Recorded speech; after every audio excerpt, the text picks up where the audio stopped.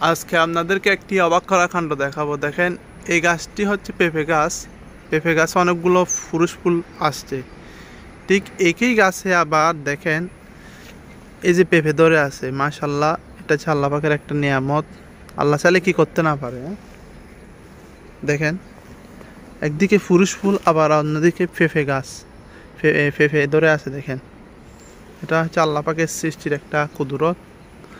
দেখেন, আল্লাহ পাক চাইলে কি করতে না পারে। পেঁপে গাছটি দেখেন আগা থেকে গোড়া পর্যন্ত, তাহলে আপনারা বিশ্বাস করতে পারবেন। দেখেন পেঁপেটা কি সুন্দর করে গোড়া থেকে ধরে আছে। দেখেন, দুইটা পেঁপে ধরছে গাছে। আবার ঠিক এটা হচ্ছে পুরুষ পেঁপে গাছ আর কি, যেটাতে আবার ফলও ধরছে।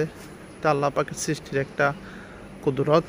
এদিকে আরেকটা পেঁপে গাছ আছে, এটা হচ্ছে আবার স্ত্রী পেঁপে গাছ। এটাতে মাশাল্লাহ ফলনে ভরপুর। দেখেন গাছের আগা থেকে গোড়া পর্যন্ত কি পরিমাণ ফলন! মাশাল্লাহ মাশাল্লাহ, আল্লাহ পাকের সৃষ্টির নিয়ামতকে শুকরিয়া আদায় করা লাগে। দেখেন মাশাল্লাহ কি পরিমাণ ফলন ধরছে।